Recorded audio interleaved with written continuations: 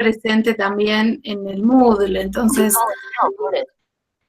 es algo que va a estar a disposición de ustedes. F5, ahí están tirando ayuda por el chat. O ahí, justo al lado donde está el mouse, tenés una pantallita, que es la que amplía. Bueno, bueno, si se puede y si no, no importa, podemos ir avanzando con las diapositivas. Bueno, la idea de la presentación era, bueno, contarles un poquito, no, eso no es. Ahí se fuiste a otro lado. Estoy con problemas técnicos. A ver. ¿Y yo no puedo compartir? Bueno, no sé. Sí, pero bueno, si no, ¿sabes qué? Lo sacamos y yo arranco así nomás. Un ratito, para no demorar. No sé si vos podés sacar la presentación, Mari.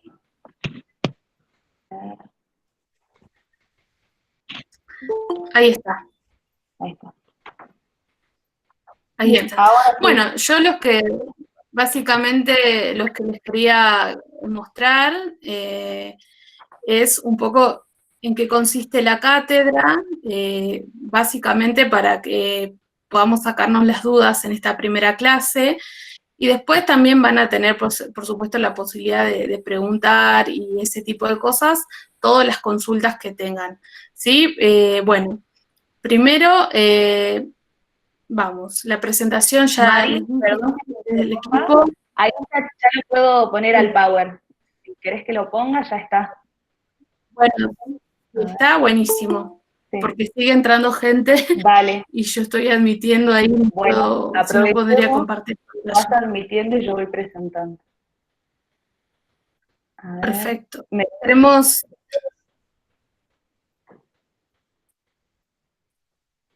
Bien, para los que no ingresaron todavía, vamos a trabajar con la plataforma educativa de Moodle, de la Facultad de Humanidades, y la contraseña de acceso es Teorías del Desarrollo Capitalista, todo junto en minúscula, y esa va a ser el único medio institucional, si se quiere, que es por donde vamos a tener comunicación, donde vamos a subir los materiales, donde ustedes van a tener que subir los trabajos prácticos, los foros, etcétera. Entonces, les pido que a los que todavía no ingresaron, lo hagan para ir, creo que hay muchas cátedras ya que usan esta plataforma, es fácil de usar, nosotros lo organizamos por unidades, al principio apenas ingresan van a ver el inicio de la presentación y después está la unidad 1 ya con los materiales cargados y a medida que vamos incorporando material lo vamos a ir subiendo por unidades, ¿sí? Y, Mari, ¿me das por favor para presentar? Sí, perdón, yo lo saqué para poder, cuando me pediste hace rato, ahí está. Ahora. Perfecto. Y entonces, el que no haya ingresado lo hace por ahí, ¿sí? Cabe aclarar que no usamos redes sociales, o sea, no estamos con la cátedra en una red social en particular, entonces, eso sí lo dejamos claro el primer día para que no haya problemas si encuentran algún Facebook o algún grupo que muchas veces son de otros años, ¿no? Que quedaron pendientes. Entonces, vamos a usar la plataforma educativa Moodle y es la única, por ahora, el único medio de comunicación. Pasemos a la diapositiva 4, por favor, Jessy. Bien. Entonces, recuerden, del desarrollo capitalista, todo junto, con letra minúscula. Sí, a la 4, por favor. ¿Ahí le están viendo ampliado? No, estoy viendo la pantalla con la compu. Y ahora se ve, ahí se ve, pero está la portada de la presentación. Creo que es mejor que la leas, la expliques y después en todo caso... Sí, después se las voy completando. Sí, porque si no... No se ve nada. Sí, igual no se ve. Bueno, sí se ve, profesora. Bueno, lo dejamos ahí. Sí, Sí, Jessy, aprieta en donde dice vista y ahí te sale una opción que dice presentación de diapositiva y ahí se va a poner completo. perfecto. Ah, no Bueno, te sale. las clases se van a dar, Ahí al las lado clases de sincrónicas. revisar te sale presentación con diapositivas. ¿Al lado de dónde? De revisar, ahí te sale vista, revisar, presentación con diapositivas. Ajá, ahí está.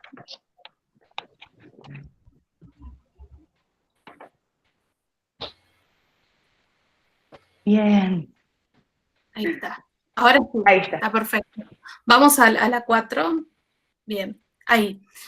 Entonces, las clases en vivo, las clases sincrónicas se van a realizar todos los días, todos los martes a las 18 horas por la plataforma Meet. ¿Sí? Cabe aclarar la modificación del horario que no coincide con el horario que mandó la facultad, y eso fue porque originalmente nosotros teníamos el horario a las 6, pero el año pasado se modificó por una disponibilidad de aulas. Pero como ahora vamos a la virtualidad y eso no coincide, no choca con ninguna materia de tercer año, que es el reglamento, volvimos a las 6 de la tarde. Entonces, todos los martes a las 6 de la tarde vamos a tener la clase en vivo, la clase sincrónica, ¿sí? En la plataforma Moodle vamos a compartir todo el material bibliográfico, es decir, lo obligatorio y lo complementario, y también los videos, porque esta materia también propone algunos videos, algunos cortos, documentales que puedan sumar para la aprehensión de los contenidos. Después también, oportunamente, se pueden subir algunas clases asincrónicas, que son las clases grabadas, sobre todo porque tenemos muy poco tiempo, algunos feriados de por medio, hay una mesa de examen, entonces para no perder el poco tiempo que tenemos, por ahí vamos a subir alguna clase asincrónica o por ahí reforzando algún contenido sobre todo, ¿sí? Todo eso al Moodle y organizado por unidades, por eso yo les recomiendo que traten de ver todas las semanas el Moodle, más de una vez a la semana, porque vamos subiendo novedades por allí. También se solicitará la realización de un trabajo práctico y de un foro de discusión por unidad obligatorio, es decir, eso es parte de las condiciones para aprobar la materia, un trabajo práctico y un foro por unidad obligatorio, ¿sí? Son 3 unidades, las unidades están cargadas en el Moodle, que son, hay un archivo que dice programa y cronograma, que si bien está sujeto a modificaciones, teniendo en cuenta cómo se van dando los tiempos y las clases, más o menos está organizado cómo vamos a trabajar, ¿sí? Y al ser 3 unidades, tenemos 3 trabajos prácticos y 3 foros. Pasamos a la próxima, por favor. Eso es importante que quede claro, que son obligatorios para poder aprobar. Y acá vamos a lo importante, ¿no? Las condiciones para aprobar la materia. Para regularizar la materia es importante participar y aprobar por lo menos 2 foros de discusión, de estos que les digo que va a haber uno por unidad, y la aprobación de 2 trabajos prácticos grupales en primera instancia o en recuperatorio, pero tienen que estar aprobados, y la aprobación del parcial o el recuperatorio con nota de 4 o más, ¿sí? Esto tal cual lo establece el reglamento de estudiantes regulares.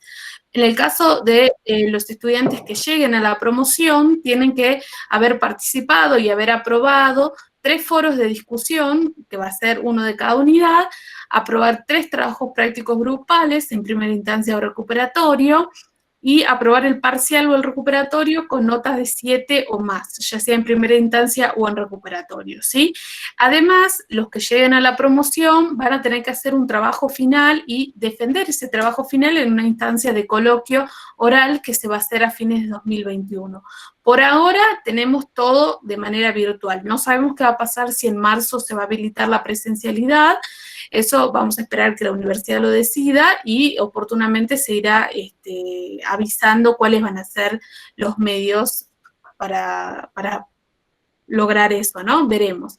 Y en el caso de los estudiantes que queden libres, también aviso por ahí si alguno decide cursar o no puede cursar para regularizar o promocionar, no se pide ningún trabajo final, no tienen que rendir nada previo, solamente tienen que estudiar todo el programa para aquellos que rindan en diciembre, es decir, las mesas de acá a 2 semanas, tienen que estudiar el programa del año 2019 y para quienes rindan desde febrero en adelante, tienen que rendir con el nuevo programa, que es el programa 2020, que recién está presentado, entonces hay que darle los tiempos que demora la facultad para aprobar el programa. Eso seguramente en diciembre ya va a estar aprobado, entonces para la mesa de febrero ya tienen que rendir con todo el material, incluso la bibliografía complementaria, para los del programa 2020, ¿sí? Pasamos a la próxima, Jessy, por favor. Igual todas las condiciones están subidas en el Moodle, yo las quería nombrar para que no queden ajenas a esta primera clase de presentación, ¿sí? Los contactos con nosotros van a ser vía email o vía mensaje interno de Moodle, también por la misma plataforma pueden hacernos comentarios, preguntas, etcétera, y acá están los correos del profe Gerardo, el de Mercedes, el de Jessica, y el mío para que nos hagan alguna consulta puntual, lo que vaya surgiendo, ¿sí? Y algo que es importante que le decía al principio, que nosotros no utilizamos las redes sociales como cátedra, entonces yo les pido que por favor no nos manden consultas a los perfiles personales, ¿sí? Porque si no se tiende a confundir y a manejar de otra forma que no es la que nosotros proponemos. Entonces les pedimos que se respeten los medios de contacto para que nosotros podamos responder tal como se viene planteando, ¿no? Entonces, estos pequeños detalles queríamos dar al principio y bueno, contarles que esta cátedra, como les dije al principio, está pensada en 3 unidades. La idea es que de acá a diciembre, que las clases terminan en la segunda semana de diciembre, podamos trabajar en el mejor de los casos las primeras 2 unidades y la tercera unidad, que sería la última, en el mes de marzo de 2021. Eso implica que son muchos contenidos, o sea, no tantos como el programa del año pasado, porque tuvimos que hacer modificaciones, recortar textos, recortar contenidos para poder apropiar a este nuevo calendario, pero es importante un trabajo compartido en términos de responsabilidad, ¿sí? Nosotros vamos a proponer en las clases de los martes el desarrollo teórico de los contenidos que planteamos en las diferentes unidades, dando espacio a poder hacer consultas, diálogos, intercambios, y después toda la cuestión práctica se va a hacer por medio de los foros y los trabajos prácticos, pero es importante también que ustedes puedan llevar al día las lecturas, porque al ser una materia cuatrimestral y con tan poco tiempo en lo real, digamos, va a pasar volando, ¿no? Entonces, necesitamos, sé que es muy difícil porque todos llegamos al mes de noviembre un poco saturado, más si están cursando otras materias, pero bueno, pedirles como ese esfuerzo también con los materiales. Nosotros tratamos de elegir y específicamente ir a lo que nos parece importante para entender los contenidos, pero bueno, necesitamos que del otro lado haya esa respuesta y también tener en cuenta que con esto de los tiempos, las prórrogas ya no es lo mismo. Capaz que muchos de ustedes están cursando Estado y saben que en Estado le hemos dado un montón de prórrogas para todo, pero es una materia anual que ya hace varios meses que están cursando. En cambio, teoría del desarrollo no es el mismo caso, ¿no? Entonces, les pido que sean respetuosos con los tiempos, que entreguen a tiempo y con los recuperatorios que todo va a tener, pero que solo así vamos a poder llegar bien a cumplir los objetivos, ¿no? Entonces, por eso queríamos como plantearle el mapeo general para que ustedes puedan decidir cómo cursar la materia, cómo llevarla, porque, bueno, es bastante, pero bueno, ojalá que sea interesante para ustedes y que lo puedan llevar en este cursado de las próximas 10 semanas que tenemos según el calendario académico. Bueno, Jessy, hasta ahí estaba la presentación, así que igual yo ahora la saco, la dejo de compartir. Bueno, esta era la presentación general, ¿sí? Lo último que voy a decir, y le doy la palabra al profe, es que, bueno, la unidad 1 se llama Aproximaciones a las teorías del desarrollo capitalista y a la economía política de la comunicación y la cultura, y básicamente planteamos como articulaciones básicas entre estas dos cuestiones teóricas, ¿no? Todo lo que tiene que ver con las diferentes teorías del desarrollo del capitalismo, pero al mismo tiempo la economía política de la comunicación y cómo se vinculan entre ellos. Eso es lo que vamos a tratar de hacer en estas primeras clases. El material obligatorio ya está cargado todo en PDF y también ahí está el complementario, ¿sí? El complementario sirve para profundizar algunas cuestiones que queden pendientes. Hoy vamos a empezar con esta primera unidad que va a estar a cargo del profe Gerardo, así que yo le voy a pasar la palabra para que él se presente y arranquemos con la clase. Y después, al final, damos un espacio para intercambios, dudas y todo lo que surja. ¿Bien? Vamos. Bueno, buenas tardes a todos y a todas. Yo quería hacer algún comentario con respecto a la materia. Teorías del desarrollo capitalista. Yo me supongo que la mayoría de ustedes el capitalismo ya lo escucharon muchas veces a lo largo de la cursada, de varias materias que cursaron. Esta materia, de alguna manera, por lo menos desde nuestra perspectiva, trata de poner claridad en ciertas cosas que por ahí están un poco confusas, porque todo el lenguaje de la economía tiene una manera de, digamos, tiene conceptos que muchas veces uno los repite y no sabe bien a qué se está refiriendo. Quiero aclarar una cosa, yo voy a apagar la cámara para poder tener mayor señal en la voz, así que yo voy a apagar la cámara y voy a seguir viendo a mis colegas en el dictado. Como decía, la idea es que podamos trabajar sobre el capitalismo, pero fundamentalmente, y este es lo que nosotros le proponemos a ustedes como cátedra, lo que queremos es que podamos analizar de manera más profunda las condiciones actuales del capitalismo. Porque las condiciones actuales del capitalismo, de alguna manera, están dando también una proyección a futuro.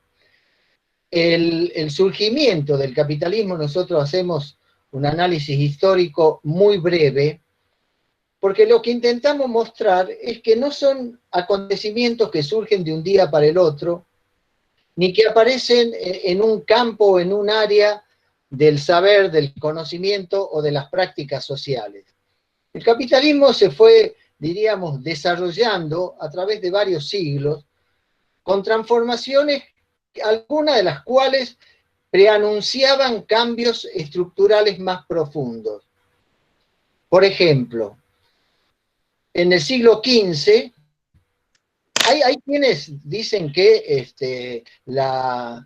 desde el siglo XII uno puede encontrar ya cambios en las sociedades que tienen que ver con las transformaciones en el mundo feudal y que eso llevaron a el surgimiento de nuevas prácticas sociales. Las nuevas prácticas sociales siempre implican también un cambio en las ideas, un cambio en los comportamientos sociales. Y yo decía que en el siglo XV hubo un hecho que no tiene nada que ver con la economía, pero que sí empezó a plantear una visión nueva de lo que era el mundo. Fue la Reforma Protestante, una reforma que la empezó Lutero, que era un monje católico que se separa de la Iglesia, se rebela contra las indulgencias que había que pagar, la venta de indulgencias, y empieza digamos, y él propone a quienes eran fieles de la Iglesia que en vez de estar el cura como mediador, no lo propone en estos términos, sino que su propuesta religiosa es que en vez de que la palabra de Dios sea mediada por un sacerdote, las personas tengan una relación directa con Dios a través de la lectura de la Biblia. ¿Qué implica eso como cambio político y como cambio social? En primer lugar, recordemos que en la sociedad feudal, la sociedad estaba segmentada por los sectores sociales rígidamente establecidos. La nobleza, los siervos, los esclavos, eran personas que tenían una situación en el mundo. Y además era una realidad, diríamos, de alguna manera indiferenciada. Las personas debían cumplir con aquellas normas, disposiciones que ya sean desde el poder político o desde las iglesias, se le daba. ¿Qué introduce Lutero al pedir que las personas se relacionen con Dios a través de la lectura de la Biblia? En primer lugar, hay que aprender a leer. Y en segundo lugar, son las personas, son los individuos, cada uno, el que se relaciona con Dios. Y ahí esa figura del individuo rompe con aquella idea de la sociedad estamental que ya estaba definida anteriormente. De todas maneras, implicó una revolución en ciertos aspectos, pero no en otros. Entonces, avanzados los siglos, las transformaciones se fueron dando. Por ejemplo, en ese mismo siglo está el descubrimiento de América. El descubrimiento de América implica también un cambio en la relación, digamos, en las formas en que se realizaban las prácticas, tanto de producción como de consumo, en Europa. Se introducen nuevos alimentos, se llevan aborígenes de aquí hacia Europa para mostrarlos como si fuesen seres absolutamente diferentes de su cultura. Es decir, empieza a ver, se abre el mundo de otra manera. Se empieza a reconocer la existencia de otros continentes, con otras realidades, con otras, inclusive con otros bienes que después van a ser los que los europeos se los llevan durante varios siglos, el oro y la plata de México, Perú y Bolivia, ¿no? O sea, esa es una de las vinculaciones que tenemos. Entonces hay aspectos del capitalismo que van surgiendo, se van produciendo cambios. No todos los cambios son simultáneos en los países europeos. Algunos se van dando en Alemania, otros se van dando en Inglaterra, otros se van a dar en Francia en distintos momentos de la historia. Y después, más tardíamente, algunos cambios vendrán desde España y Portugal, aunque en algún momento Portugal es una potencia muy importante. Cuando nosotros teníamos que decidir el programa de la materia, nosotros nos preguntábamos dónde empezar, por dónde empezar. Si hay tantas palabras que ya se han vulgarizado en el sentido de que la usamos permanentemente, ¿por dónde empezar? Apelamos entonces a un texto de Mario Burkún y Alberto Españolo, que es un texto que se llama Nociones de Economía Política. ¿Qué nos aportaba este texto? ¿Qué nos parecía importante? Hay 5 capítulos, pero son muy breves, donde él va tratando cuestiones que a nosotros nos parecen importantes y que empiezan, fíjense en ustedes, por aclarar cuestiones que uno, lógicamente, a veces las da por hecho y por conocidas, ¿no? En la página 8, por ejemplo, hemos propuesto hacer un trabajo presentando el texto y analizando algunos párrafos, porque en esos párrafos muchas veces hay aspectos que están sobreentendidos y que creemos que tenemos que aclararlo. Creo que esto le puede facilitar a ustedes la comprensión, a veces cuando vayan a leer los textos, le puede facilitar la comprensión. Pero antes de eso, y para terminar la idea sobre cuál es el objetivo máximo que nos proponemos, es comprender estos procesos, como les decía, actuales del capitalismo, porque hay una serie de situaciones de las cuales ustedes van a ser herederos.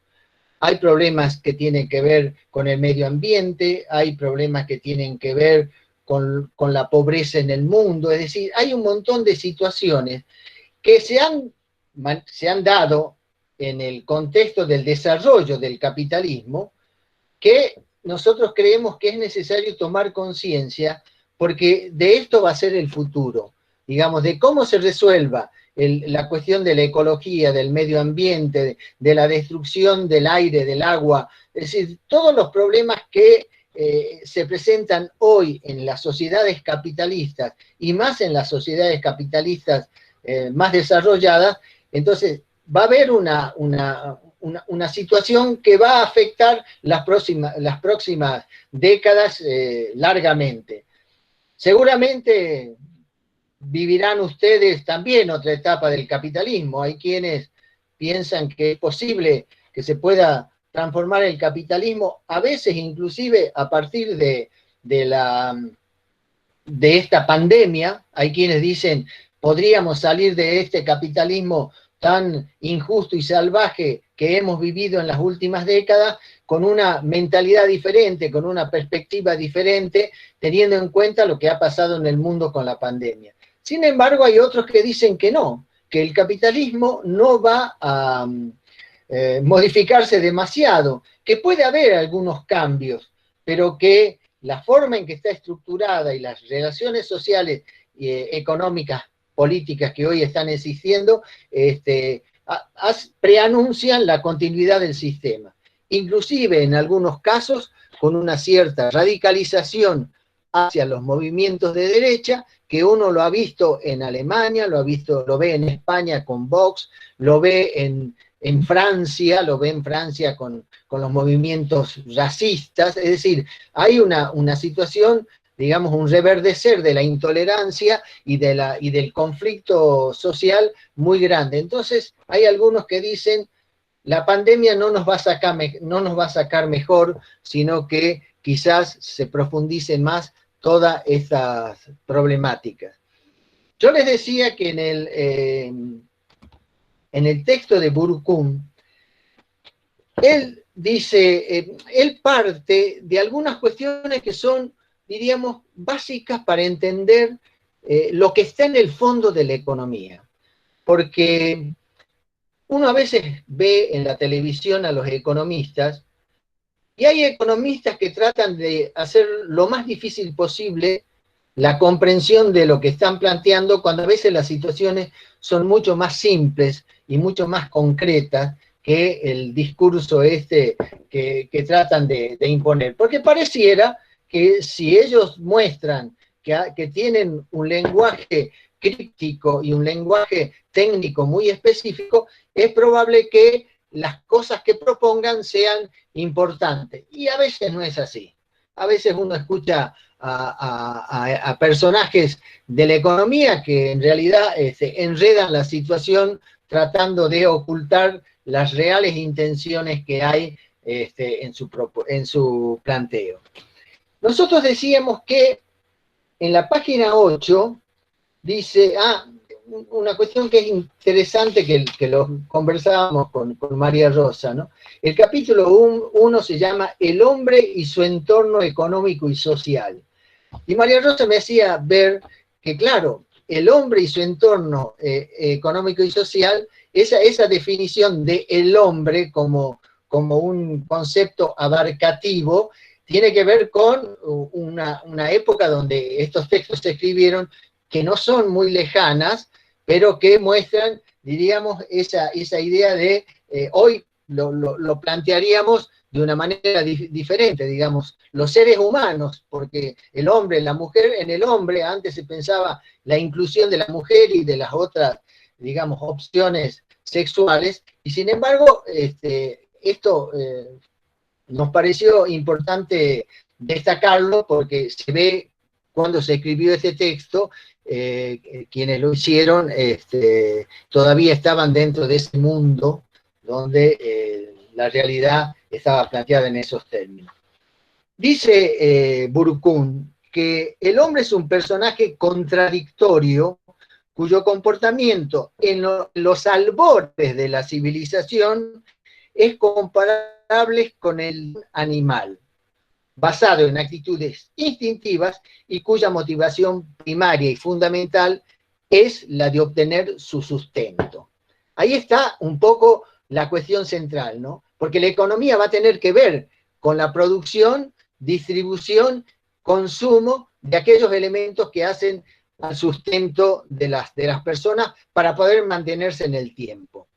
Dice, esta identidad de hombre salvaje se mantiene en todo aquello que forma parte de su primera reacción frente a lo que el individuo considera que es su necesidad básica. ahí aparece el primer concepto que tenemos que empezar a apropiarnos. Dice, necesidades básicas y deseos primarios hacen a la vitalidad mínima de una persona. Resumen y sintetizan las posibilidades de existencia de ella. Cuando hablamos entonces de necesidades básicas, son aquellas imprescindibles. Son aquellas imprescindibles que nos permiten poder seguir viviendo en el mundo. Alimentación, abrigo y vivienda componen el núcleo fundamental de las necesidades primarias. Alimentación, abrigo y vivienda. Recuerden ustedes que tierra, trabajo y techo, el Papa lo dijo la vez pasada y causó un escándalo dentro del capitalismo, porque son estas cuestiones básicas, alimentación, abrigo y vivienda. Esa es lo que todos seres humanos necesitan. Es importante subrayar que las mismas evolucionan en el transcurso del tiempo. Lógicamente que esto es importante tenerlo en cuenta, porque las necesidades no son las mismas, las que hoy existen, que las que existían hace 100 años atrás en el mismo lugar. Y eso también hay que tenerlo en cuenta, porque a veces hay necesidades básicas que tienen que ver con la alimentación, el abrigo y la vivienda, y hay otras necesidades que se van a ir incorporando. Acá este autor nos va a decir que el mínimo indispensable para sobrevivir fue modificándose en cada tiempo y lugar histórico, y fue acompañado por la evolución de otras necesidades que, sin formar parte originaria del contexto vital mínimo, también son constitutivas del individuo. A estas las denominaremos secundarias. O sea, tenemos necesidades primarias y tenemos necesidades secundarias. Provienen de deseos y necesidades propios de cada momento social y que hacen a la superación de los niveles históricos de subsistencia.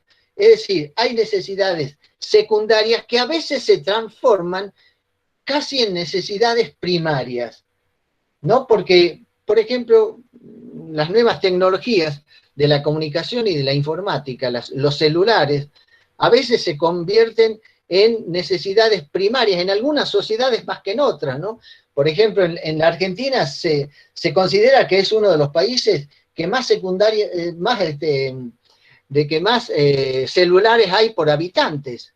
Y eso es porque la gente lo ha tomado, y uno a veces es cuestión de andar por la calle o de ir a algún lugar donde la gente está reunida y ver que la gente está permanentemente con el celular.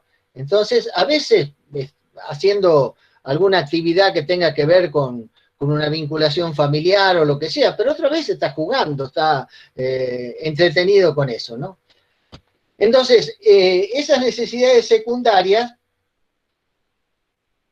que hacen, bueno, el avance social, el desarrollo cultural, transforman en imprescindibles determinados bienes cuando pocos años antes no formaban parte del contexto de las condiciones sociales inmediatas, ¿no? Es decir, hay muchos ejemplos que tenemos de cosas que antes no eran tan importantes y hoy son consideradas hasta fundamentales. En este proceso de satisfacción de las necesidades humanas se modifica el hombre, su contenido natural y su naturaleza misma. Es decir, nosotros nos vamos modificando a medida que ese contexto en el que nos estamos vinculando también se van modificando. Uno podría decir, bueno, sin irnos al pasado lejano, pero los abuelos, las fotos que uno pueda tener de los abuelos, de las abuelas de hace 60, 70 años atrás, uno se da cuenta por la forma de vestir, por la forma de, inclusive por las cosas que pueden contar de ellos, uno se da cuenta que esas personas estaban respondiendo a una forma de ser y de actuar en un mundo determinado. Hoy, inclusive, los abuelos jóvenes, porque hay abuelos muy jóvenes, porque hay han tenido hijos muy jóvenes y a su vez sus hijos han tenido hijos muy jóvenes. Los abuelos de hoy tienen otra forma de ser y de actuar en el mundo, ¿no? Y con su relación familiar. Cambian las relaciones de los hombres entre sí, ahí vuelvo a remarcar esto de cómo nombra el hombre como genérico, y los vínculos establecidos entre el hombre y la naturaleza. Pero no hay satisfacción alguna de las necesidades humanas sin creación de objetos, sin producción y distribución de las cosas. Fíjense ustedes acá, hay un elemento clave, porque decíamos de las necesidades primarias, alimento, abrigo y vivienda, y acá nos está diciendo que se deben crear los objetos para poder vivir en la sociedad. Y esa producción de objetos también genera una manera de distribuir lo que se produce. Digamos, yo no puedo hacer, bueno, después lo va a aclarar un poco más adelante. Dice, hablamos en la página 10, hablamos de las necesidades e inmediatamente concluimos en la posibilidad de crear los bienes que las satisfacen, pero la producción es un aspecto del problema, ya que aparece con fuerza la dificultad asociada a la distribución de los mismos. Es decir, se producen los bienes, pero la gran pregunta o la gran cuestión es cómo se distribuyen esos bienes que se producen. Aunque nos pongamos en la idea de las sociedades originarias, primitivas, ¿no es cierto?, que eran cazadores-recolectores. En esa forma de contactarse con la naturaleza para apropiarse de los bienes, hay que pensar después, bueno, la comunidad a la que cada uno pertenece, cómo va a recibir los bienes que algunos fueron a buscarlos y que otros se tuvieron que quedar a hacer otras actividades. Entonces, ahí también empieza a plantearse la idea de cómo distribuimos los bienes que vamos a producir, ya sea por cazar o recolectar, o después va a venir con la producción de la tierra, ¿no? Dice, de nada hubiera servido el producirlo si al mismo tiempo no se cumplía con el requisito de la distribución como antecedente para la satisfacción efectiva de las necesidades existentes. Ahí los voy a llevar a un autor que alguna vez hemos mencionado en Estado, Poder y Medio, que es John Locke, que es de los primeros pensadores, de los primeros filósofos ingleses, que también sirven al desarrollo de la filosofía que va a servir de base al capitalismo. Y ahí cuando Locke explica, o él, digamos, trata de explicar el surgimiento de la organización social, dice, en el estado de naturaleza, el hombre se apropia de los bienes que la naturaleza le brinda.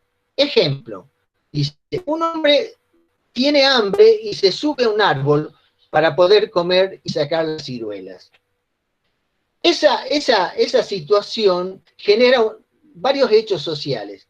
En primer lugar, el hecho de que me apropio de los bienes de la naturaleza mediante el trabajo.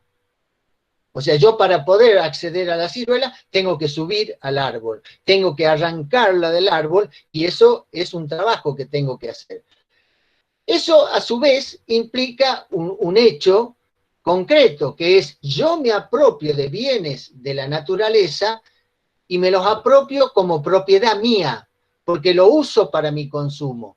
Entonces ahí está el concepto de la propiedad privada. Aquello de lo que yo me apropio es por la necesidad que tengo y una vez que me lo apropio pasa a ser de mi propiedad.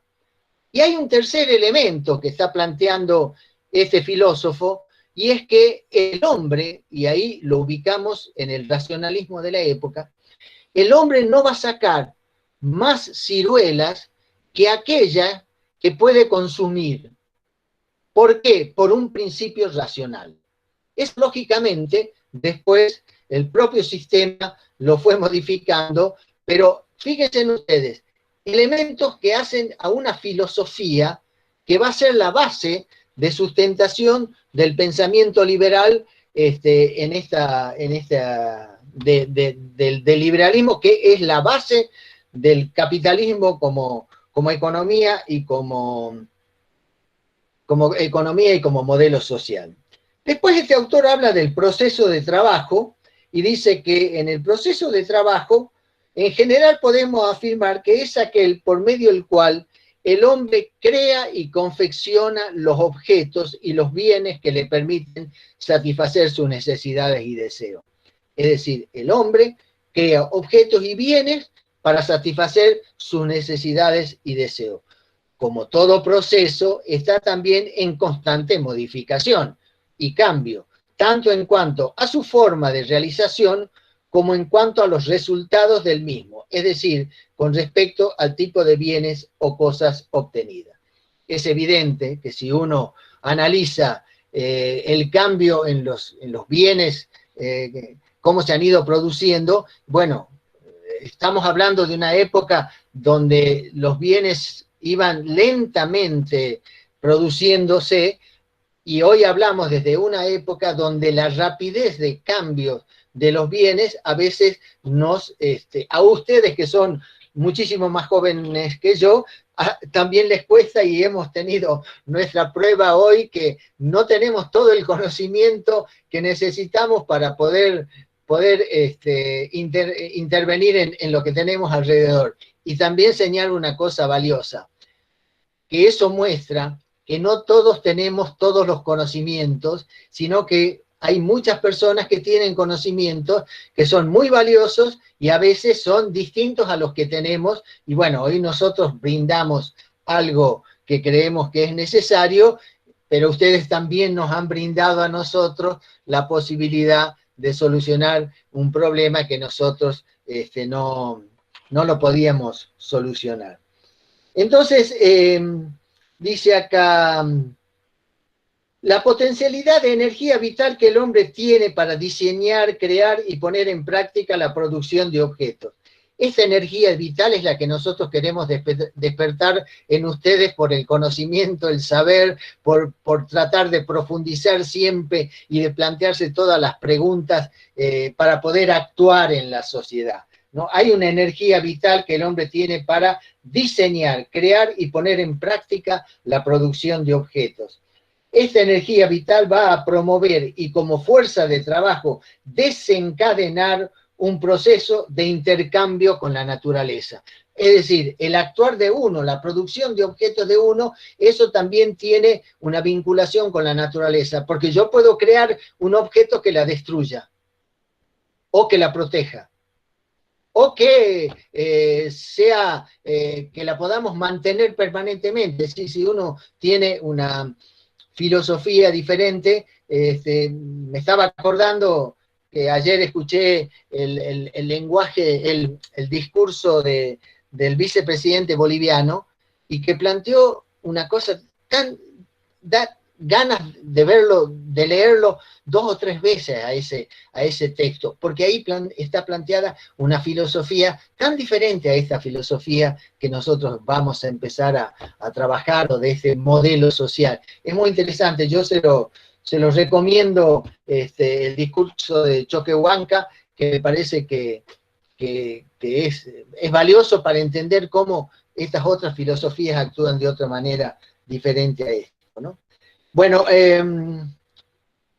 esta proporcionará el objeto de trabajo, aquello sobre lo que el hombre desplegará su creatividad, sus capacidades, su esfuerzo. Es decir, la naturaleza, de alguna manera, que es ese contexto donde nosotros vivimos, es la que nos va a brindar los elementos para que nosotros podamos hacer desde objetos materiales hasta objetos artísticos. Cuando uno pinta un cuadro, cuando uno hace un tallado, digamos, está utilizando bienes de la naturaleza y los está muchas veces recreando, los está muchas veces dándole una interpretación diferente. Los bienes naturales serán materia bruta y serán materia prima si ya son resultado de un cambio producido por un proceso de trabajo anterior.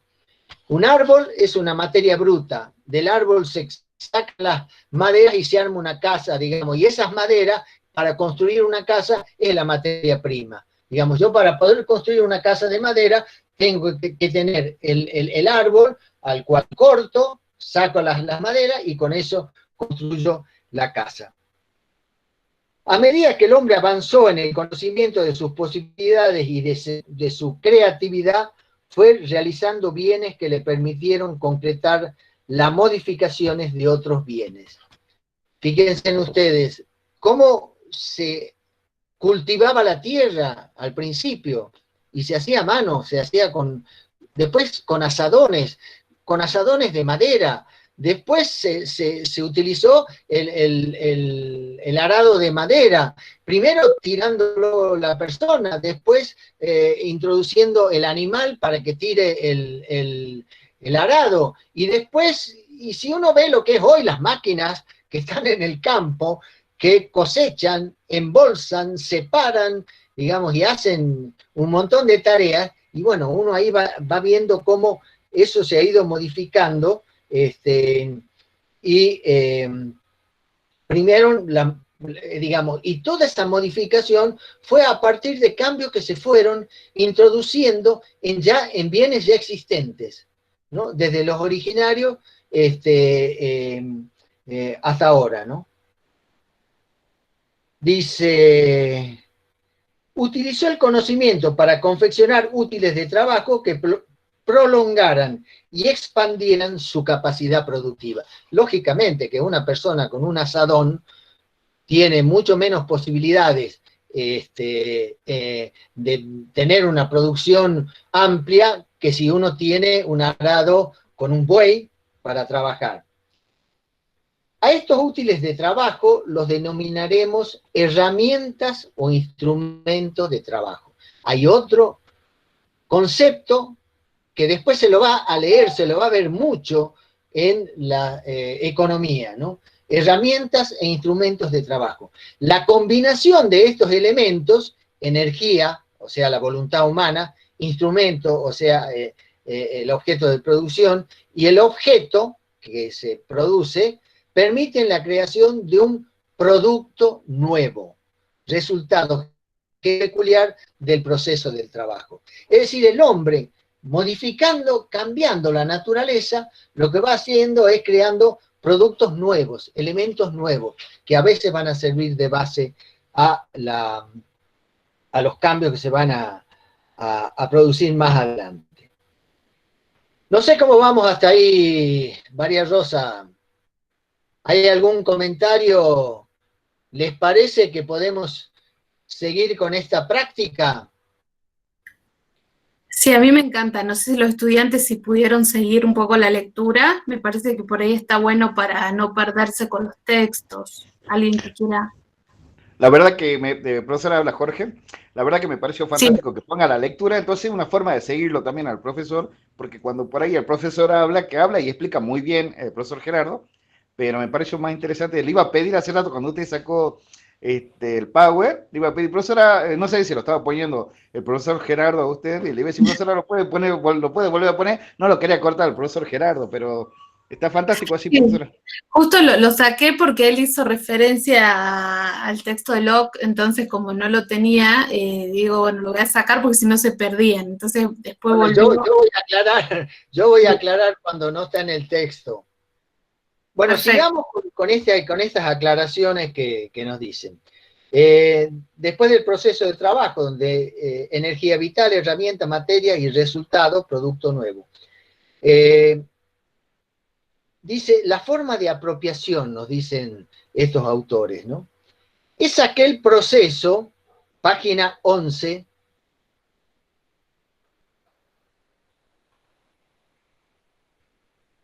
dice, es aquel proceso por el cual las personas disponen y utilizan el resultado de los procesos de trabajo, distribuyendo los bienes existentes en la sociedad. Y acá hay aspectos que son claves, porque toda la discusión que se va a dar a partir del surgimiento del capitalismo hasta la actualidad es cómo se produce y cómo se distribuye. Y cuando digo cómo se produce, es qué cosa utilizamos o qué cosas hasta qué cosas podemos utilizar para producir un bien, porque a veces la producción de bienes implica la destrucción de la naturaleza, ¿no? Entonces, es muy importante tener en cuenta esas cuestiones, ¿no? O sea, y después, cómo se distribuyen los bienes, que después en el capitalismo queda muy claro, como después lo vamos a trabajar. Estamos ya en presencia de normas, reglas o procedimientos sociales que, escritos o por simple costumbre, deciden los derechos y los montos particulares a través de los cuales los individuos participan de los productos producidos. Es decir, ¿cómo distribuimos? A través de la historia uno ha encontrado, ha visto, ha leído, no es que ha encontrado porque no estuvimos, pero hemos leído, que hubo muchas maneras de, a veces lo producido se entregaba de manera colectiva, ya vamos a ver que hace referencia a estas cosas, ¿no? Y en otros casos, digamos, después más adelante, se empezaban a intercambiar bienes por bienes, que es la época del trueque. Pero me gustaría decir, digamos, hablando de esto, un ejemplo de las comunidades originarias. Dice, la forma de apropiación describe, en la página 12 ya,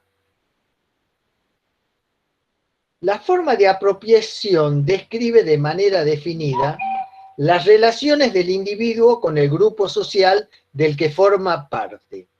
También especifica, de manera clara, la participación o no del individuo en el control de los bienes existentes, bien sea sobre aquellos que conforman el mínimo de subsistencia, bien sobre aquellos que exceden a esa porción.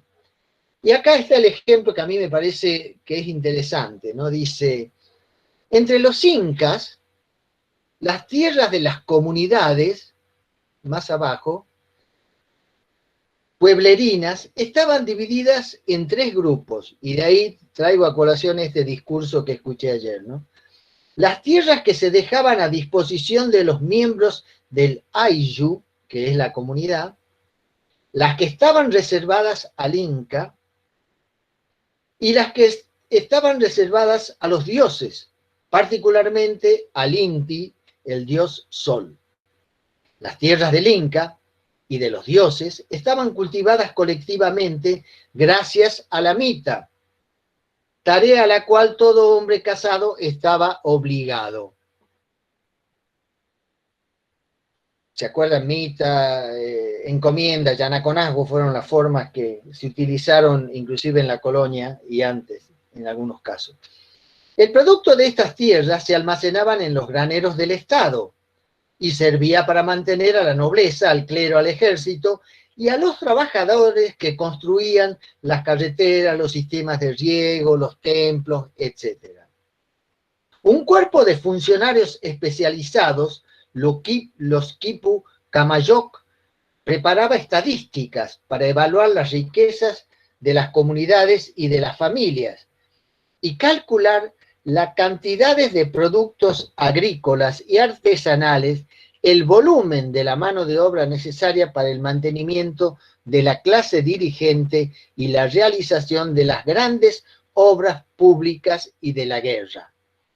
El marco de estas estadísticas era la división de la población total en 10 categorías definidas aproximadamente por la edad aparente y por la aptitud para el trabajo. Entre estas disposiciones que no está en este texto, había parte de esa producción que iba hacia los ancianos, es decir, hacia los que no trabajaban. O sea que es una forma de una jubilación que ya existía en aquellas comunidades. Después sigue el autor, dice, en el proceso, en la página siguiente, en la página 13, en el proceso de satisfacción de sus necesidades, los individuos producen bienes y distribuyen lo producido de acuerdo a ciertas reglas o normas. Decíamos recién que hay reglas que son formales y hay reglas que son de costumbre, ¿no? Este proceso de producción de cosas es al mismo tiempo proceso de creación de vínculos, fíjense en ustedes, y relaciones entre los individuos y las cosas, y entre los individuos y la naturaleza. ¿Ve cómo se va, todo se va vinculando, todo se va complejizando? Por eso las sociedades, desde las sociedades primitivas hasta la actualidad, han ido complejizando su vinculación con el mundo, su vinculación con la naturaleza, su vinculación con las personas, es decir, la modificación ha sido permanente. El proceso de producción de cosas y de bienes que satisfacen necesidades es igualmente producción del individuo como individuo social. Y ahí hay un concepto que es clave. Nosotros nacemos en una sociedad y en un momento de la historia que nos forma como individuos de esta época. Nosotros somos seres formados por una época concreta. Y entonces eso se vincula con las formas de producción, con las formas de distribución, con las relaciones sociales que se van estableciendo, con las instituciones que se van creando. Todo eso va generando un estereotipo de persona. Entonces hoy vemos al joven actual y nos remontamos 50 años atrás.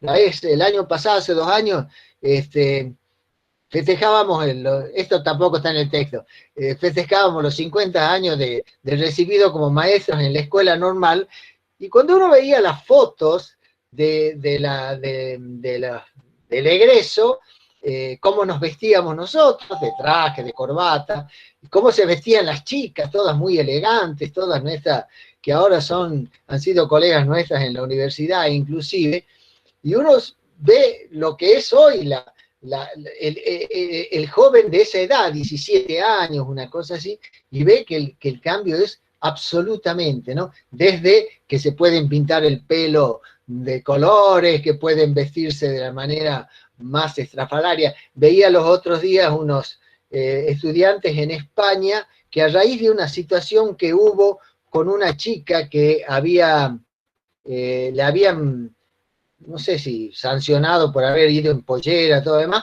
al otro día los varones fueron de pollera. O sea, hay cosas que ese comportamiento de las juventudes son históricos y en cada momento es así. Volvemos. El proceso de producción es igualmente proceso de reproducción. Una comunidad o una sociedad determinada no produce solo los bienes que garantizan su supervivencia.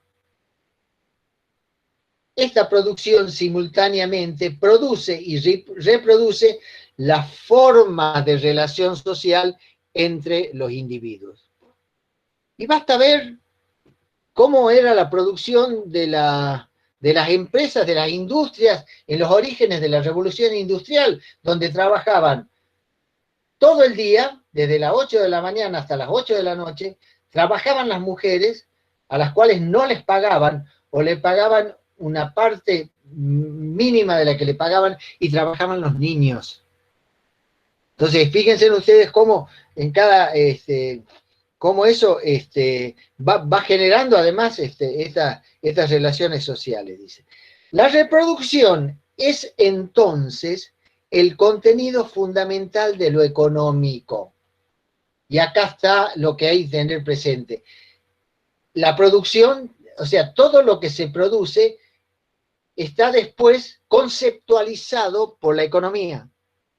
Pero lo que hace la economía es conceptualizar las prácticas sociales, los elementos que hacen a las prácticas sociales, las relaciones que se generan a partir de eso. Por eso hace rato yo les decía que muchas veces hablan en difícil cosas que no lo son, que uno las puede explicar de muchas maneras. Dice acá, es el concepto que interconecta producción, distribución, consumo, que es la satisfacción de las necesidades, como actividades básicas y esenciales del quehacer económicos de los individuos sociales.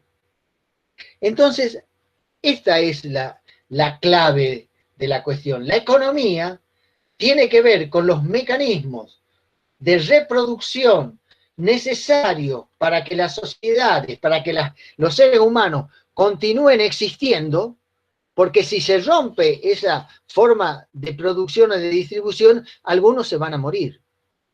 Entonces, eso es fundamental.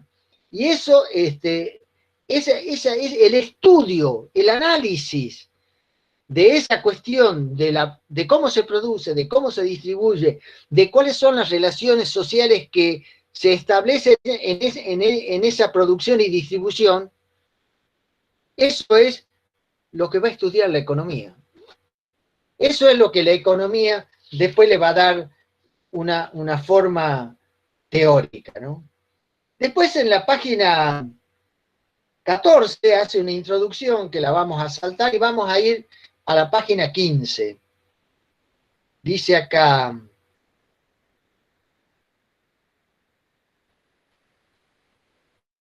bueno, tomando la última parte de la página 14, dice, nuestra intención es presentar algunas líneas de análisis que nos sean útiles para discutir la articulación entre ciencia e ideología en las distintas corrientes o discursos económicos. Fíjense ustedes, ya hablan de ciencia e ideología en los discursos económicos. Y dice, podemos tomar como hilo conductor de nuestro argumento lo de Joseph Schumpeter, que opinaba al respecto. Decía que el trabajo analítico comienza con el material provisto por nuestra visión de las cosas, y esta visión es ideológico casi por definición. Fíjense ustedes, estamos hablando de un autor nacido en 1883 y muerto en 1950. Esta visión es ideológica, es decir, que la selección del objeto de investigación, la determinación de la problemática particular a indagar, la elaboración de las preguntas sobre el problema escogido y el mismo campo probable de las respuestas son procesos atravesados por nuestra visión de las cosas, por nuestro muy particular punto de vista sobre el entorno y sobre nosotros mismos. Fíjense ustedes, ¿cuándo un problema es problema? Cuando quien lo analiza como que afecta a algo o que incide. Pensemos en la producción minera. Quien defiende la producción minera va a encontrar un montón de argumentos para decir que no hay país que no haya explotado sus minas. Y que puede haber una minería que es absolutamente incontaminante. Sin embargo, desde otra óptica, y a veces haciendo un estudio similar al que hizo el que la justificó, se puede decir que la minería es contaminante, que la minería es extractiva, que no permite que podamos, mantener la naturaleza sin destruirla, como está sucediendo en muchos lugares, ¿no? Entonces, ¿eso es qué significa? Que sobre un objeto, sobre una situación de la naturaleza, uno puede tener una visión que reivindica una cosa y otra visión que reivindica otro. Dice acá, el entorno del economista como científico social es condicionante y conflictivo, lo que pide aproximaciones neutras o totalmente asépticas. Punto que hay que remarcar. No hay ningún economista que hable en televisión y que hable en la radio que diga, yo soy neutro. Yo hablo desde la ciencia de la economía, porque la economía es una ciencia social. Y como ciencia social no es una ciencia exacta. Entonces, eso también es importante, ¿no? El economista es actor y espectador al mismo tiempo. No puede tener relaciones distantes objetivas, en el sentido de no valorativas, con respecto al medio social. Es decir, un investigador que investiga en una sociedad determinada está permeado por lo que sucede en esa sociedad. y su visión de las cosas tendrán que ver con la filosofía o con la ideología que él sustenta, que él defiende, con los valores que él defiende.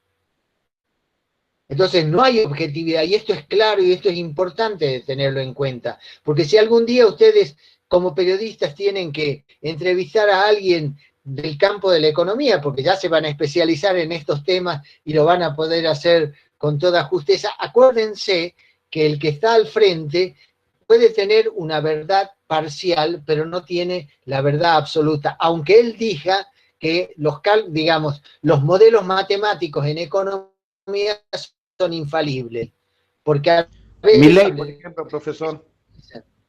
para eso son aleatorios. Sí. No, lo ponía como ejemplo al economista Milei. Ah, bueno, sí, yo no lo nombraba porque sabía que quienes lo ven se dan cuenta. Pero hay mucho de economía. El propio Cavallo, uno cuando lo ve a Cavallo hablando por televisión, él parece que tener la bola de cristal, ¿no es cierto? Es decir, una respuesta y una solución a todos los problemas. Y sin embargo nos llevó a 2 crisis muy profundas y muy graves en la Argentina. Dice acá, por lo tanto, las ciencias sociales y la economía entre ellas tienen cierta especificidad frente a las ciencias naturales. Los fenómenos sociales son históricos, en el sentido de que son transitorios, perecederos. ¿Se dan cuenta? Los conocimientos sociales son transitorios y perecederos, porque como analizan la realidad social y lo que pasa en el mundo en permanente cambio, cuando el mundo cambia, en la forma de leer eso también se modifica, ¿no? Entonces, eso también es un hecho importante.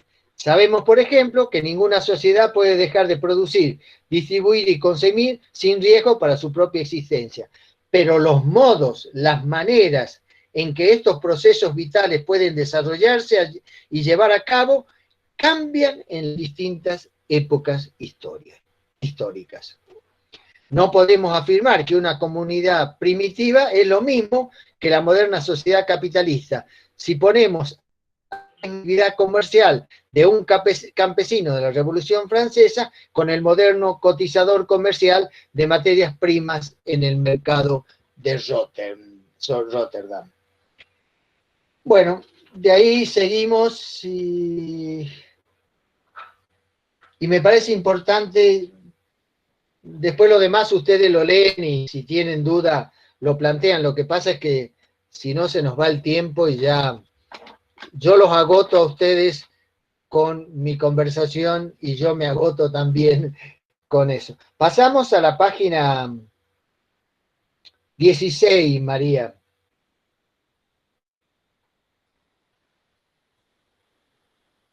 Ahí al final de la página dice: la economía real es compleja y diversa. Un hecho económico concreto es síntesis de numerosas determinaciones y variables que inciden con diferente peso sobre el resultado final. Entonces, eso también da la pauta que las tomas de decisiones a nivel de la economía han tomado determinadas variables y eso lleva a conclusiones también diferentes si uno tomara otras variables, ¿no? Igualmente, este hecho económico concreto existe independientemente del sujeto que lo piensa, del economista que lo razona. Es decir, lo que pasa en la sociedad, la destrucción del medio ambiente o los problemas económicos que suceden en la sociedad son independientes de lo que piensa el economista. El economista lo que hace es tratar de interpretarlo y buscar una solución. Y en esa interpretación y búsqueda de soluciones es donde aparecen las distintas escuelas de economía, que eso lo veremos más adelante.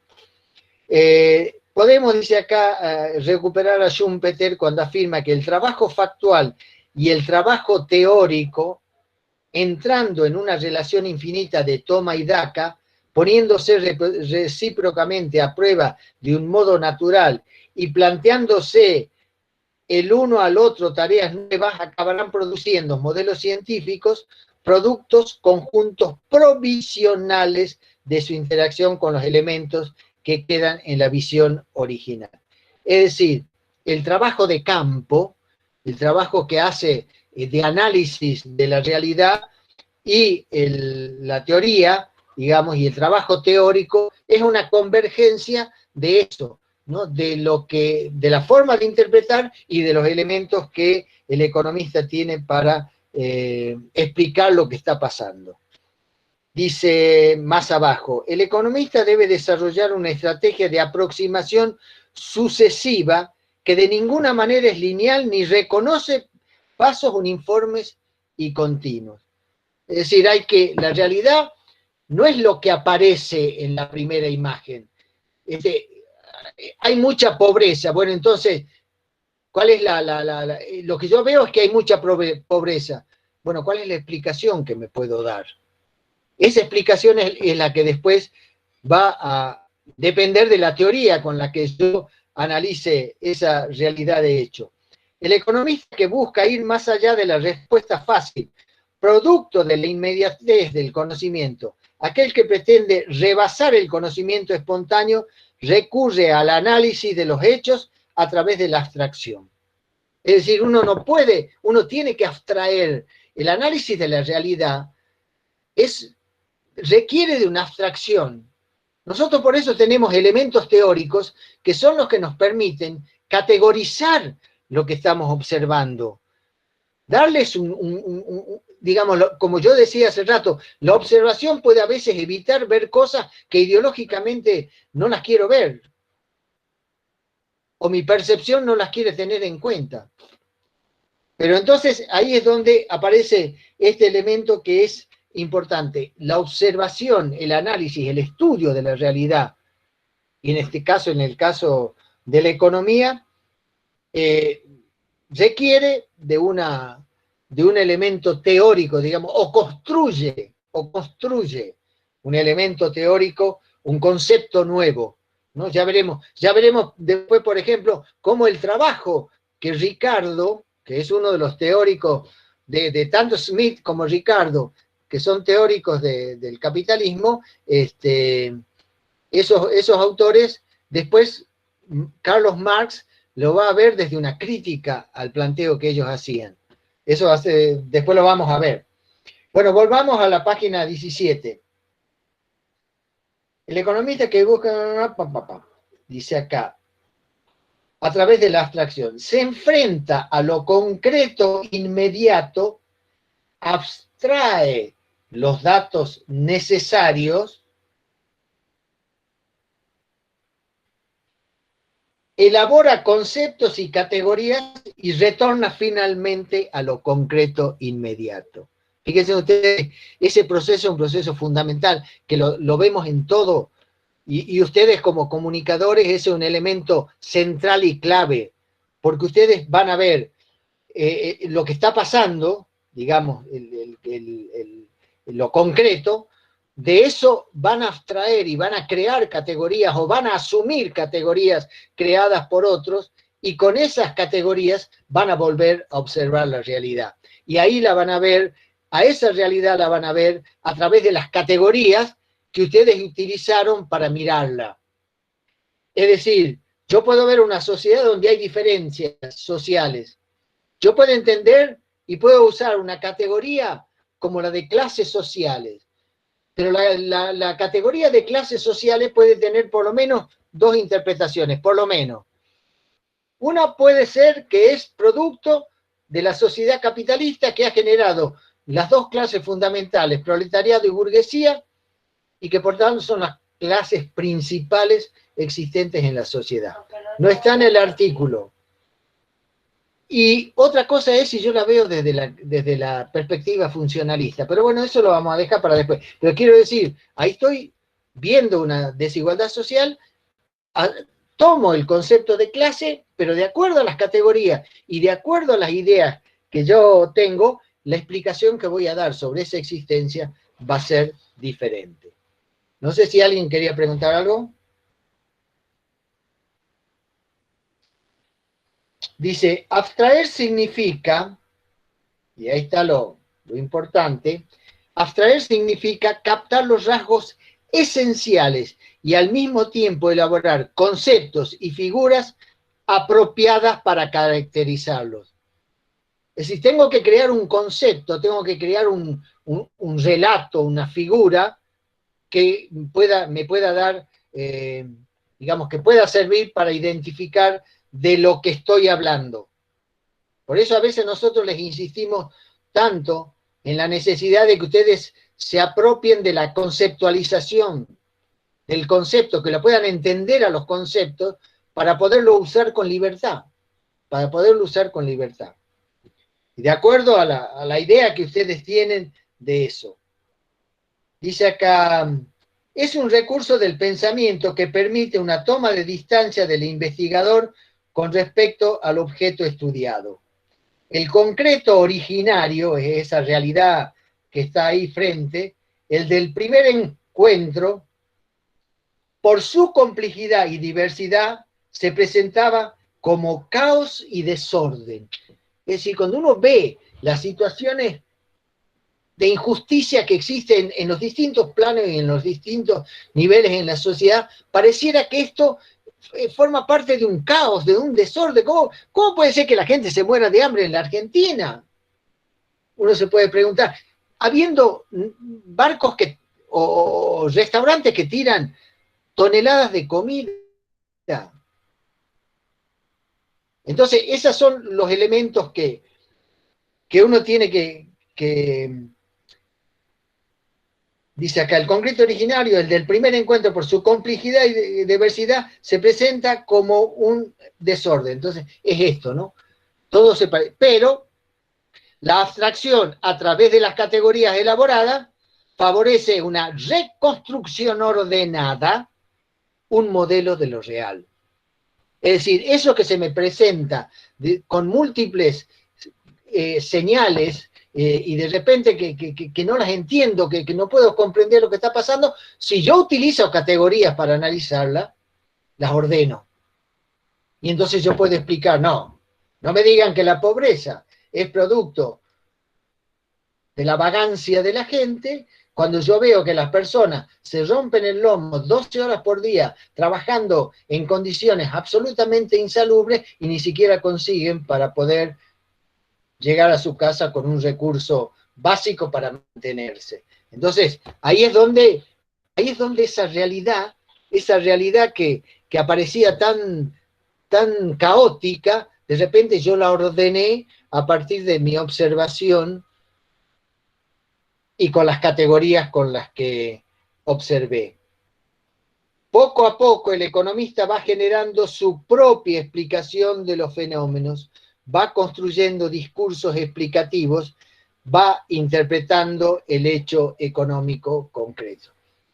También fíjense ustedes, voy a poner un ejemplo de una situación caótica en términos económicos, que muchos de ustedes no la vivieron por suerte, pero fue la hiperinflación que se produjo por el golpe económico que hizo que Alfonsín tuviera que dejar el cargo meses antes. Lo que hizo el economista en ese momento, que fue Cavallo, la situación era absolutamente caótica en la economía.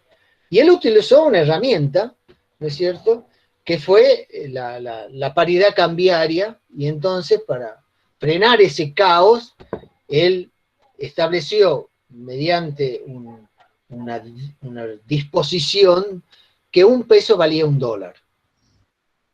Y entonces a partir de esa medida económica, toda esa situación que había empezado en el 89 y avanzaba, es decir, todo eso, él lo pudo contener. Después uno podría pensar si el remedio fue peor que la enfermedad, pero eso forma parte de otro análisis, ¿no?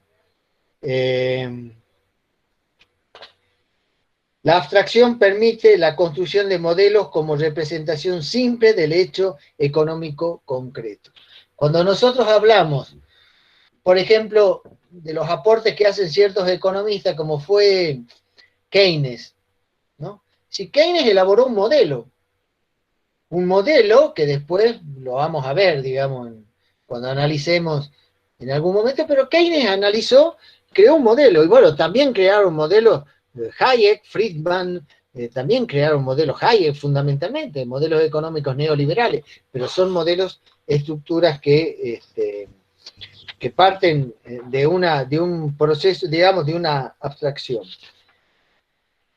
Y después nos lleva a estos autores al capítulo 3, el surgimiento de la economía política. Y en la página 21, vamos a ver.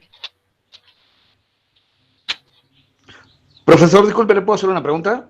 Sí. ¿Los modelos de los economistas, eso después lo utilizaron en todo el mundo o cómo fue? Todo el mundo.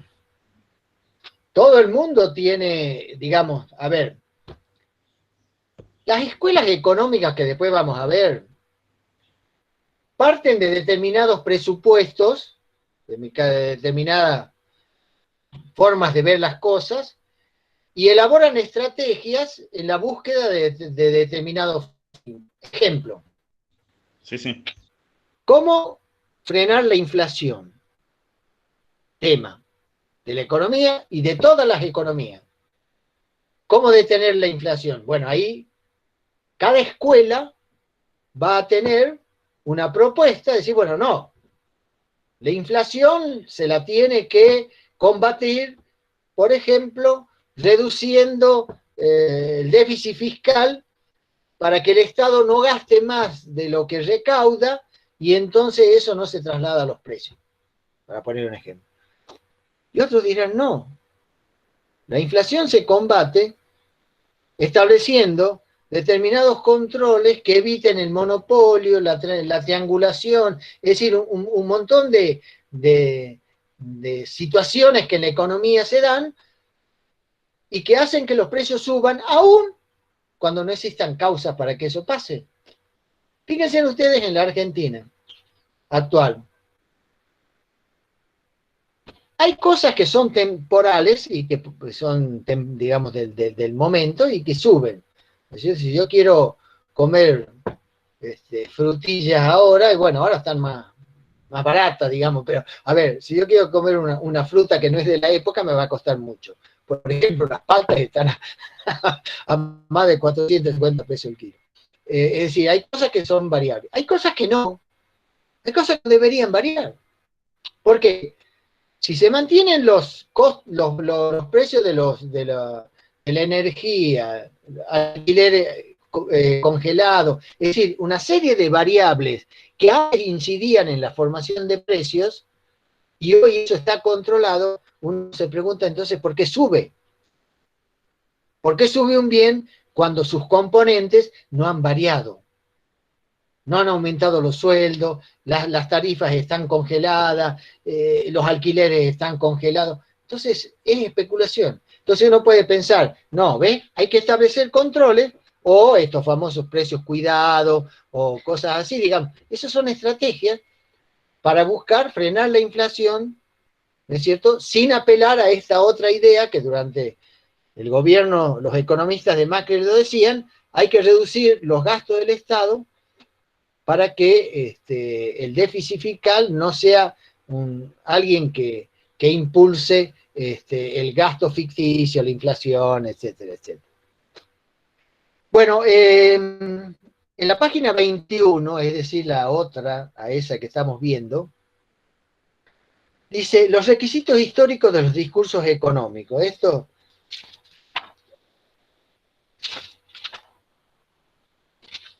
es decir, acá lo que nos está planteando es cómo se empezó a pensar la economía, porque antes, digamos, no había teorías económicas, ¿no? Dice, el descubrimiento de América formaba parte de un conjunto de hechos que anunciaban de manera progresiva el fin de un periodo histórico, el feudalismo, y el surgimiento de otro, el capitalismo. España y Portugal, en su búsqueda de nuevas vías de comunicación para romper el acoso turco sobre el Mediterráneo, terminarán incorporando un nuevo continente que permitirá una vigorosa ampliación del comercio mundial. Nuevos productos, abundante fuerza de trabajo indígena, grandes cantidades de metales preciosos obtenidas de las minas descubiertas en el Alto Perú, México hacia 1540, y un enorme espacio territorial aceleraron la expansión del comercio como actividad fundamental. El comercio provocaba asimismo numerosos efectos colaterales importantes que contribuían progresivamente a una modificación del medio ambiente social. Por un lado, se revolucionaba la navegación marítima como parte de una profunda transformación del transporte necesaria para la misma expansión comercial. Es decir, fíjense ustedes, el descubrimiento de América, por un lado, lleva a Europa bienes americanos, como es el oro, la plata y todo lo demás, y de allá trae los productos para que los consuman los españoles que habían invadido América y las poblaciones originarias a las cuales dominaban. Vamos a pasar un poco hasta la página 22, donde él explica una cosa que es interesante, ¿no? El mundo feudal, dice acá, en la página 22, el mundo feudal, basado en la soberanía de los señores, en los particularismos de cada uno de los reinos y en el universalismo exclusivo de la Iglesia, entraba en un lento proceso de disolución. Ahí está anunciando un elemento más de los que yo menciono, de cómo se va surgiendo el capitalismo. Los fenómenos que hemos descrito, que yo no los he leído, pero que ustedes los van a leer, no podían ser asimilados por las viejas estructuras feudales y se ponía así en movimiento un profundo proceso de transformación histórica. El comercio, el capital comercial, el dinero y el capital usurario operaban como las grandes palancas que accionaban dicho proceso. El capital comercial compraba barato para vender caro. El capital usurario prestaba para cobrar una suma adicional por ello. Poco a poco, la riqueza, los precios, la ganancia y el mercado se instalaban en el escenario social como los principales referentes de las prácticas económicas de los individuos. Por otro lado, el Estado aparecía en el terreno político, ahí es cuando surgen los nuevos estados, los estados nacionales, ¿no es cierto? Entonces dice ahí,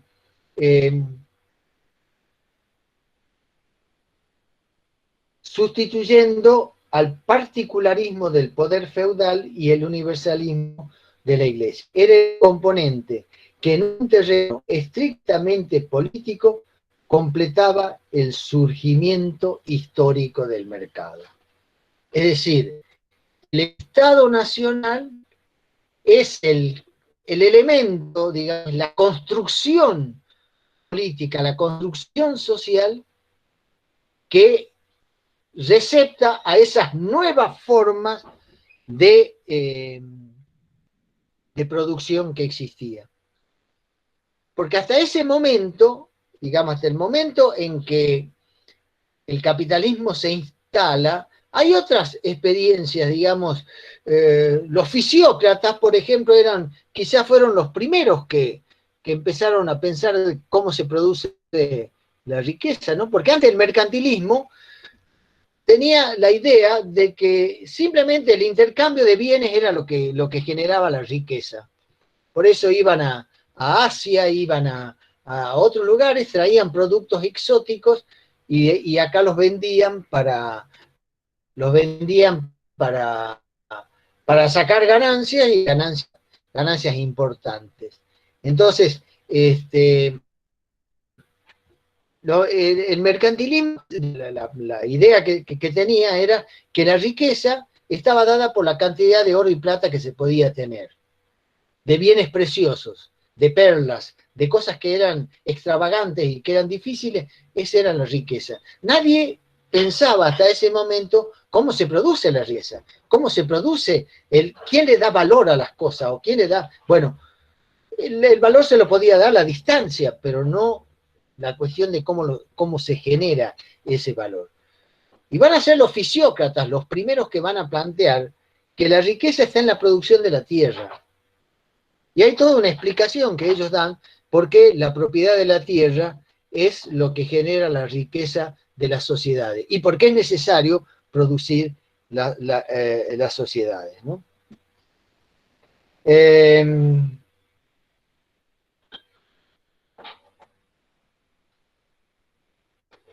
Dice, si algún elemento caracteriza en general el nuevo periodo histórico que se abría, es a partir de la disolución del mundo feudal, es ese sin duda, la ruptura de los lazos de dependencia personal. Los individuos no dependerán de otros individuos en un vínculo directo, estamos en la página 23,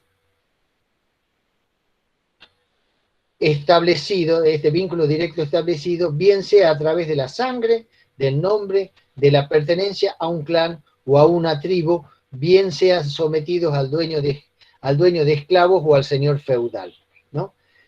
Ya los individuos no dependen de un señor feudal, de un noble, ya se han liberado porque la estructura feudal se rompió. Y porque al romperse la estructura feudal, las personas se trasladan, dejan de estar en el campo y van a las ciudades, y empiezan a formar los burgos, empiezan a formar, a dedicarse a otras actividades que no sean la producción en el campo. En el capitalismo, los hombres se relacionan bajo aquellas consignas sintetizadas por la Revolución Francesa: libertad, igualdad, fraternidad. Libertad para decidir sobre su cuerpo, igualdad para establecer acuerdos y contratos con los demás individuos, fraternidad como ciudadanos que forman parte de una sociedad determinada.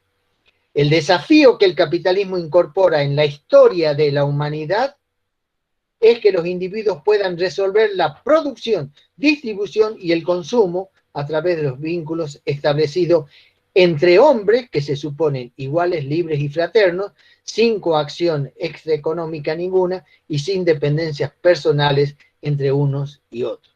Ahí está lo que el capitalismo introduce, que además también es una falacia en algunos aspectos, ¿no? Esa igualdad es una igualdad formal, no es una igualdad real, porque, bueno, por muchas razones que después seguiremos viendo, dice.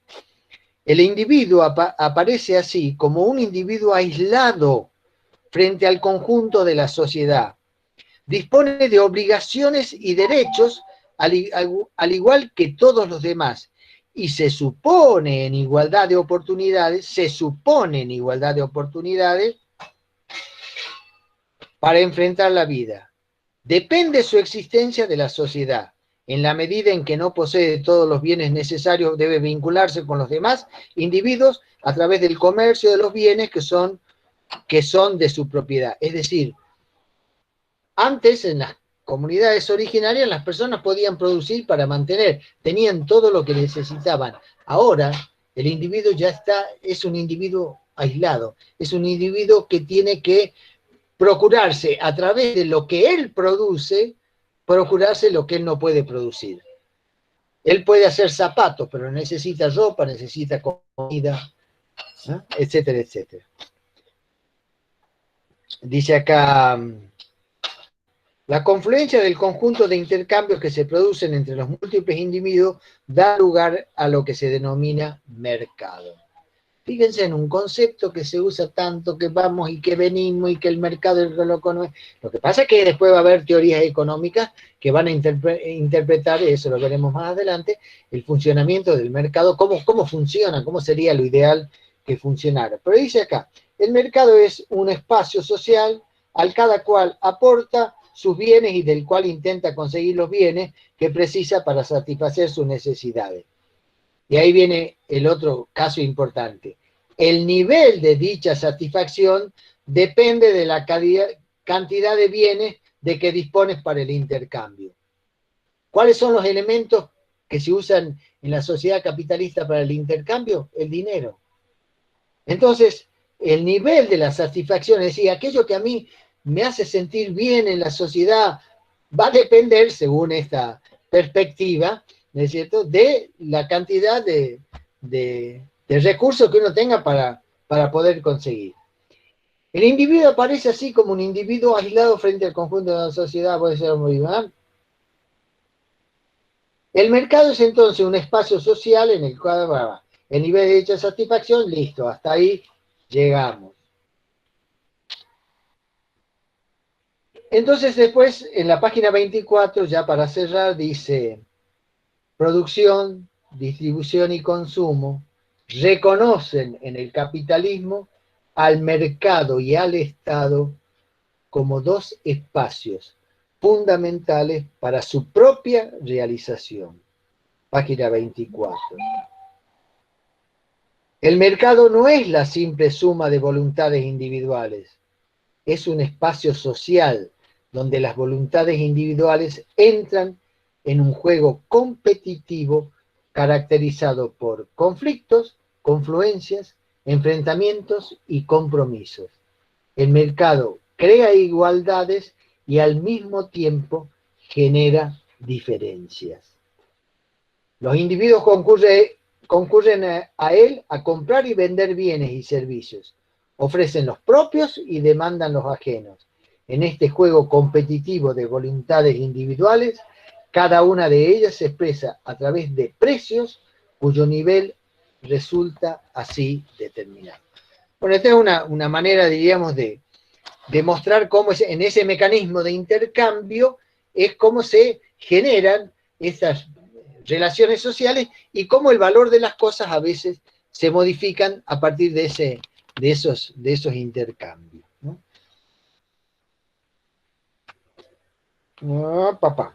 Decía que el mercado crea igualdades y al mismo tiempo genera diferencias. Algunos pueden perder y otros pueden ganar.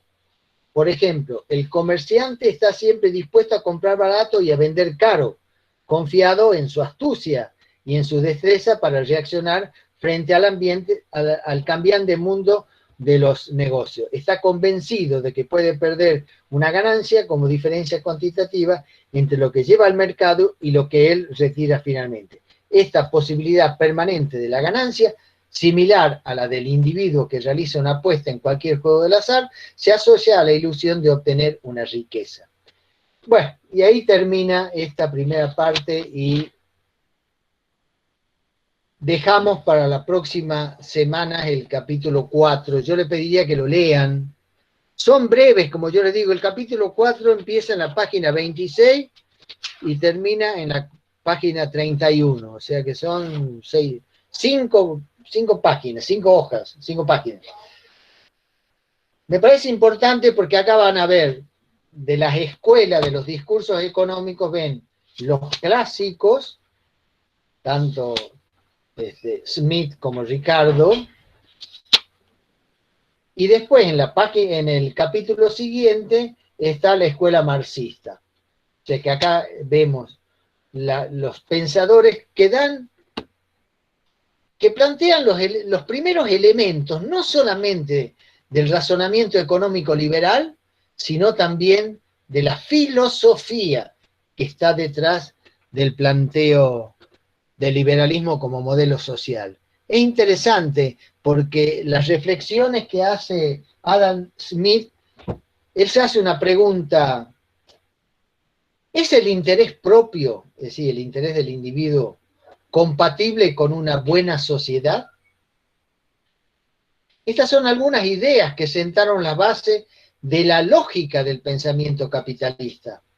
Por eso, porque fíjense en un hecho que es históricamente muy interesante. Adam Smith se muere antes de que empiece a expandirse la revolución industrial. Él no participa solo de los primeros escarceos de la revolución industrial. O sea, él habla de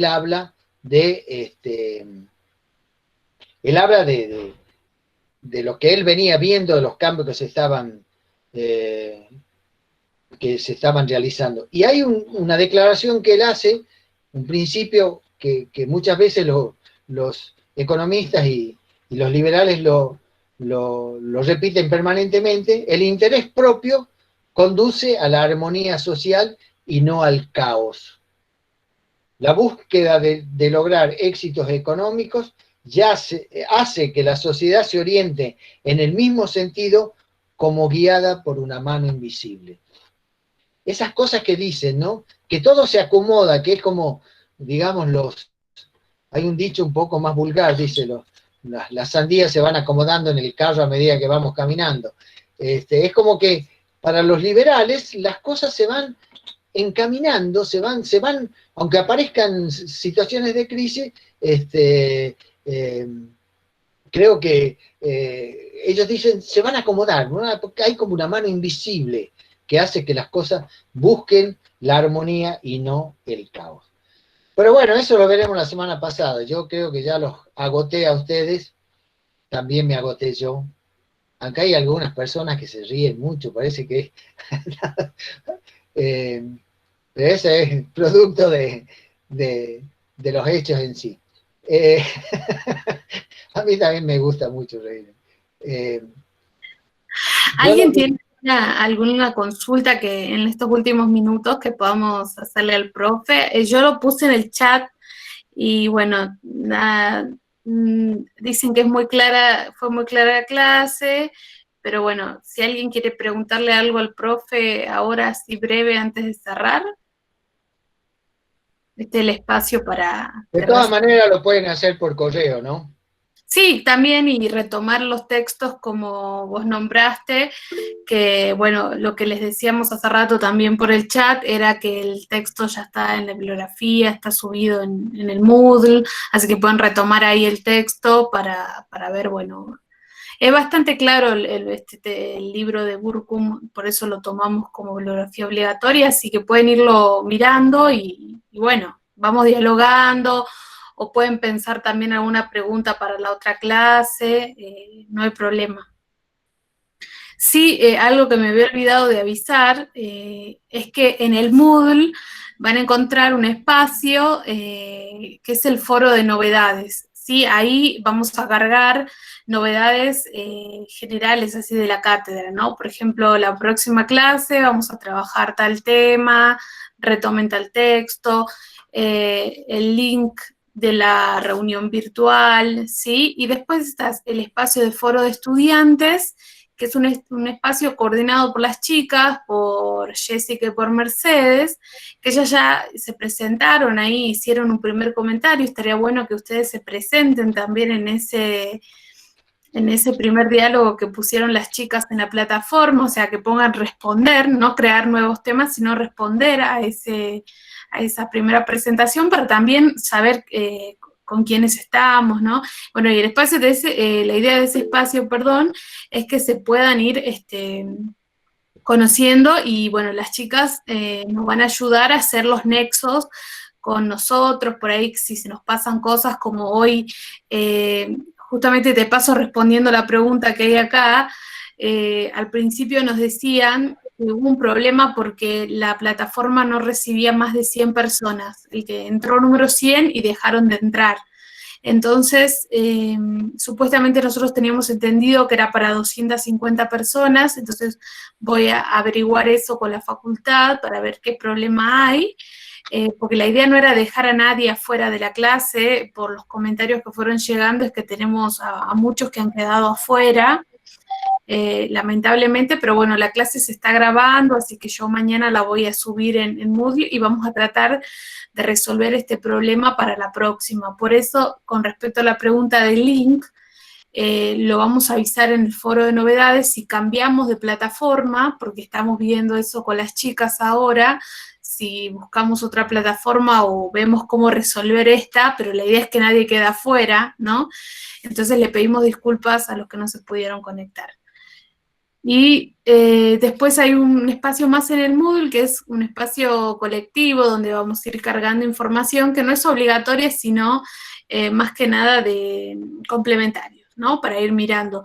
Y otra cosa que les quería decir es que hoy el profe nombró a Adam Smith, a David Ricardo y a Karl Marx, en la plataforma Moodle tienen los links de unos videos cortitos que son de la serie Conociendo el Capital, que es justamente una sobre Adam Smith, otro sobre Marx y otro sobre David Ricardo, ¿no? Si ustedes tienen la posibilidad, lo ideal sería que vayan mirando esos videos, ahí cuentan brevemente quiénes fueron estos economistas y un poco qué planteaba cada uno de ellos, ¿no? Entonces les va a servir para poder seguir mejor las clases, así cuando el profe menciona, bueno, según Smith o desde la perspectiva, qué sé yo, ustedes van a poder ir siguiendo. Además son bastante didácticos los videos, está dividido por preguntas, así que bueno, no son obligatorios, pero bueno, les sugerimos que lo vayan mirando.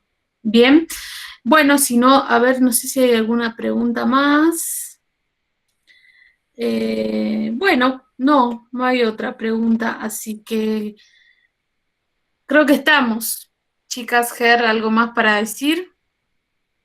No, Bueno, yo lo que les recomendamos siempre, y esto que decía María Rosa recién, hay muchos videos donde ustedes pueden encontrar, que me parece importante en la formación de cada uno de los profesionales, y es encontrar quienes pueden defenderlo al capitalismo y quienes critican al capitalismo. Ustedes después podrán elaborar y podrán, digamos, sentirse identificados con uno o con otro, o con terceras personas, o terceras corrientes. Pero es importante, y como dice María Rosa, son bien didácticos. Hay uno de Michael Moore que es sí, muy bueno. está subido también.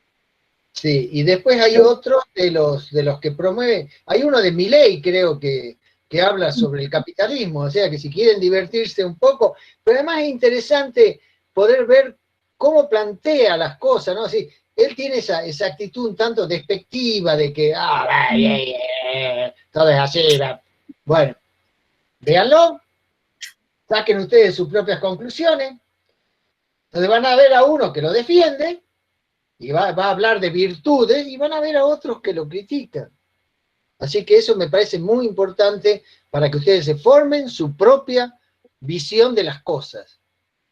Nadie le va a pedir en ninguna de las materias en que estamos nosotros que rindan de memoria y repitan como loro las cosas que están. Ustedes tienen que formarse para pensar, no para repetir. Así que eso siempre ténganlo en claro, ¿no? Bueno, entonces nos encontramos el próximo martes y, a ver, hay una pregunta antes de irme. ¿La clase de publicidad y la de psico tuvieron los mismos problemas? Bien. Sí, vamos a ver qué plataforma cambiamos, así que gracias por el dato. Bueno, nos encontramos el próximo martes a las 18 y recuerden estar atentos con el Moodle por todas las novedades. ¿Sí? Nos vemos. Gracias a todos y a Chao, todas. equipo. Profesor Gerardo, disculpe, ¿le puedo hacer una consulta antes de irme? No me Sí. quiero quedar con la intriga. ¿Usted es licenciado en qué, disculpe? En nada, yo soy profesor en Ciencia de la Educación con una maestría en Educación que hice en la Universidad Federal Fluminense de Brasil. Después terminé todos los créditos del doctorado en la Universidad de Cádiz y en la Facultad de Historia, en la carrera de Historia. No pude terminar la tesis, no pude, completar la tesis, entonces me quedé con los créditos nada más. Pero me he dedicado siempre a trabajar sobre el área política, porque di historia de la educación, di política educacional y todos temas relacionados con la cuestión de Estado. Muchas gracias, profesor. No es nada. Nos vemos. Chao, chao.